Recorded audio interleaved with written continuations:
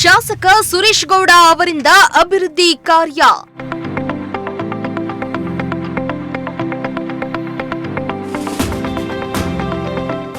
ಎತ್ತೇನಹಳ್ಳಿಯನ್ನ ಪ್ರವಾಸೋದ್ಯಮ ಕ್ಷೇತ್ರ ಮಾಡ್ತೀನಿ.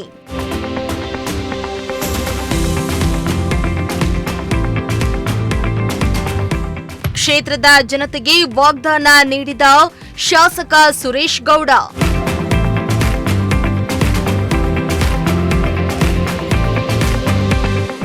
ತುಮಕೂರು ಗ್ರಾಮಾಂತರ ಕ್ಷೇತ್ರದ ಶಾಸಕ ಸುರೇಶ್ ಗೌಡ ಅವರು ಅಭಿವೃದ್ಧಿ ಕಾರ್ಯವನ್ನ ಮುಂದುವರೆಸಿದ್ದು, ಗೂಳೂರು ಹೋಬಳಿಯ ಎತ್ತೇನಹಳ್ಳಿ ಗ್ರಾಮದಲ್ಲಿ ವಿವಿಧ ಕಾಮಗಾರಿಗಳಿಗೆ ಗುದ್ದಲಿ ಪೂಜೆಯನ್ನ ನೆರವೇರಿಸಿದ್ರು.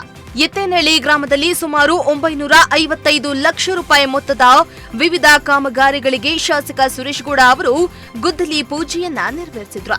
ಇನ್ನು ಈ ವೇಳೆ ಎತ್ತೇನಹಳ್ಳಿ ಆದಿಶಕ್ತಿ ಮಾರಮ್ಮ ದೇವಿ ಟ್ರಸ್ಟ್ ವತಿಯಿಂದ ಕಾರ್ಯಕ್ರಮವನ್ನ ಆಯೋಜನೆ ಮಾಡಲಾಗಿದ್ದು, ಕಾರ್ಯಕ್ರಮವನ್ನ ಉದ್ಘಾಟಿಸಿದ್ರು.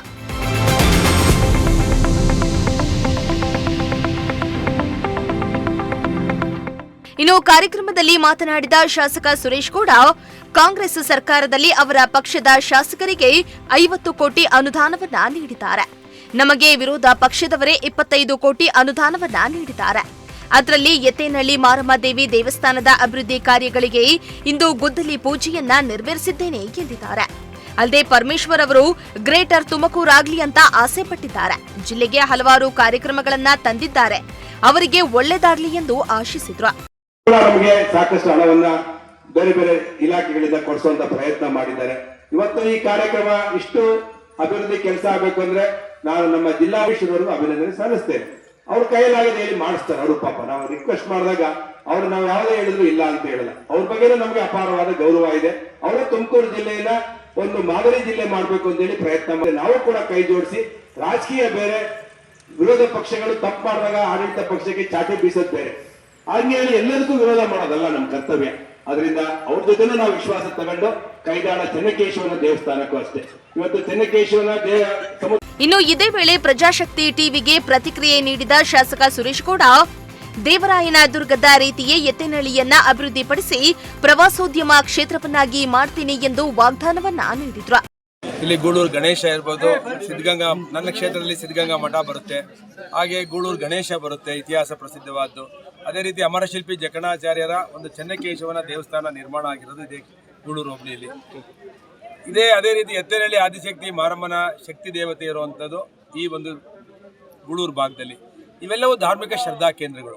ಇವನ್ನ ಅಭಿವೃದ್ಧಿಯ ಕಡೆ ಕೊಂಡೋಗಬೇಕು, ಧಾರ್ಮಿಕ ಪ್ರವಾಸೋದ್ಯಮ ಮಾಡಬೇಕು ಅನ್ನೋದು ನಮ್ಮ ಅಪೇಕ್ಷೆ.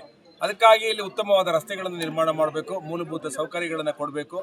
ಇಲ್ಲಿ ಪರ್ಗೋಲ ಇರ್ಬೋದು, ಮತ್ತು ಶೌಚಾಲಯ ಇರ್ಬೋದು, ಕುಡಿಯೋ ನೀರು ಇರ್ಬೋದು, ರಸ್ತೆಗಳಿರ್ಬೋದು, ಕೆರೆ ಅಭಿವೃದ್ಧಿ ಇರ್ಬೋದು, ದೇವಸ್ಥಾನಗಳ ಅಭಿವೃದ್ಧಿ ಇರ್ಬೋದು, ರಾಜಗೋಪುರ ಇರ್ಬೋದು, ಇಲ್ಲಿ ಪಾರ್ಕ್ ಇರ್ಬೋದು.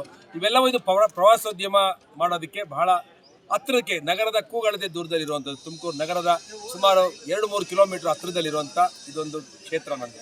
ಅದಕ್ಕೆ ಈ ಭಾಗಕ್ಕೆ ವಿಶೇಷವಾಗಿ ಅನುದಾನವನ್ನು ತಂದು ಅಭಿವೃದ್ಧಿ ಮಾಡೋದ್ರ ಕಡೆ ನಾವು ನಿರ್ಣಯ ಮಾಡಿದ್ದೇವೆ. ಅದರ ಭಾಗವಾಗಿ ಇವತ್ತು 14.5 ಕೋಟಿ ರೂಪಾಯಿಗಳನ್ನು ನಾವು ರಿಲೀಸ್ ಮಾಡಿದ್ದೇವೆ. ಹಣವು ಟೆಂಡರ್ ಕೂಡ ಆಗಿದೆ. ಇದನ್ನು ಒಂದು 6 ತಿಂಗಳಲ್ಲಿ ಪರಿಪೂರ್ಣ ಮಾಡಿ ಲೋಕಾರ್ಪಣೆ ಮಾಡಿದ್ದೇವೆ. ಮಾನ್ಯ ರಾಜ್ಯದ ಮುಖ್ಯಮಂತ್ರಿಗಳಾದಂಥ ಸಿದ್ದರಾಮಯ್ಯನವ್ರನ್ನ, ಮತ್ತು ಜಿ ಪರಮೇಶ್ ಸಾಹೇಬರು, ನಮ್ಮ ಜಿಲ್ಲಾ ಉಸ್ತುವಾರಿ ಸಚಿವರನ್ನ, ವಿ ಸೋಮಣ್ಣ ಅವರು, ನಮ್ಮ ಸಂಸದರು ಮತ್ತು ಕೇಂದ್ರ ಸಚಿವರು, ಮತ್ತು ಆರ್ ಅಶೋಕ್ ಅವ್ರನ್ನ, ಕುಮಾರಸ್ವಾಮಿ ಅವ್ರನ್ನ, ನಮ್ಮ ಕೇಂದ್ರದ ಕೈಗಾರಿಕಾ ಸಚಿವರಾದ ಕುಮಾರಸ್ವಾಮಿ ಅವ್ರನ್ನ ಎಲ್ಲರನ್ನ ಕರೆಸಿ ಒಂದು ಅರ್ಥಪೂರ್ಣವಾದ ಕಾರ್ಯಕ್ರಮವನ್ನು ನಾವು ಮಾಡೋರಿದ್ದೇವೆ. ಅದಕ್ಕಾಗಿ ತಯಾರಿಗಳನ್ನು ಮಾಡ್ತಿದ್ದೇವೆ. ಇನ್ನು 3-4 ತಿಂಗಳಲ್ಲಿ ಎಲ್ಲರನ್ನು ಕರೆಸಿ ಒಂದು ದೊಡ್ಡ ಬೃಹತ್ ಕಾರ್ಯಕ್ರಮವನ್ನು ಮಾಡಿ. ಇನ್ನು ಡಿಕೆಶಿ ಸಿಎಂ ಆಗುವ ವಿಚಾರಕ್ಕೆ ಪ್ರತಿಕ್ರಿಯೆ ನೀಡಿದ ಶಾಸಕರು, ಡಿಕೆ ಶಿವಕುಮಾರ್ ಅವರು ದೊಡ್ಡವರು, ಅವರು ಮುಖ್ಯಮಂತ್ರಿಯಾಗುವವರು, ನಮ್ಮನ್ಯಾಕೆ ವಿರೋಧಿಸುತ್ತಾರೆ ತಿಳಿತಾ ಇಲ್ಲ. ಲಿಂಕ್ ಕೆನಾಲ್ ವಿಚಾರದಲ್ಲಿ ನಮ್ಮ ಪ್ರಾಣ ಹೋದ್ರೂ ಸರಿ, ನಾವು ಮಾಗಡಿ ರಾಮನಗರಕ್ಕೆ ನೀರು ಹೋಗಲು ಬಿಡೋದಿಲ್ಲ ಎಂದು ಆಕ್ರೋಶವನ್ನ ಹೊರಹಾಕಿದ್ರು. ಜಿಲ್ಲೆಗೆ ಮೋಸ ಮಾಡಿ ರಾಮನಗರ ಜಿಲ್ಲೆ ನೀರು ತಗೊಳ್ಳಬಾರ್ದು ಅನ್ನೋದು ನಮ್ಮೆಲ್ಲರ ಅಭಿಪ್ರಾಯ.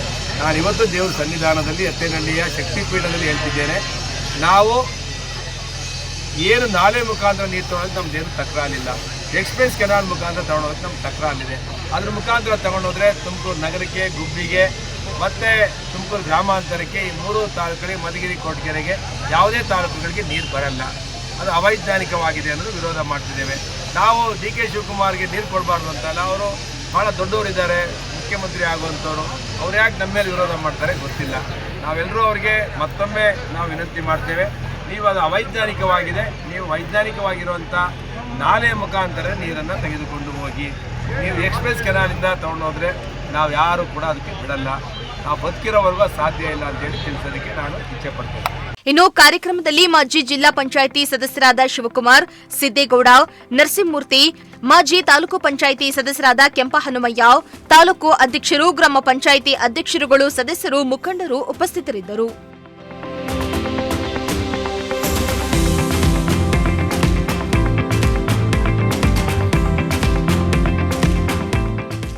ಶ್ರೀನಿವಾಸ ಸೋಪ್ನಳ್ಳಿ, ಪ್ರಜಾಶಕ್ತಿ ಟಿವಿ, ತುಮಕೂರು.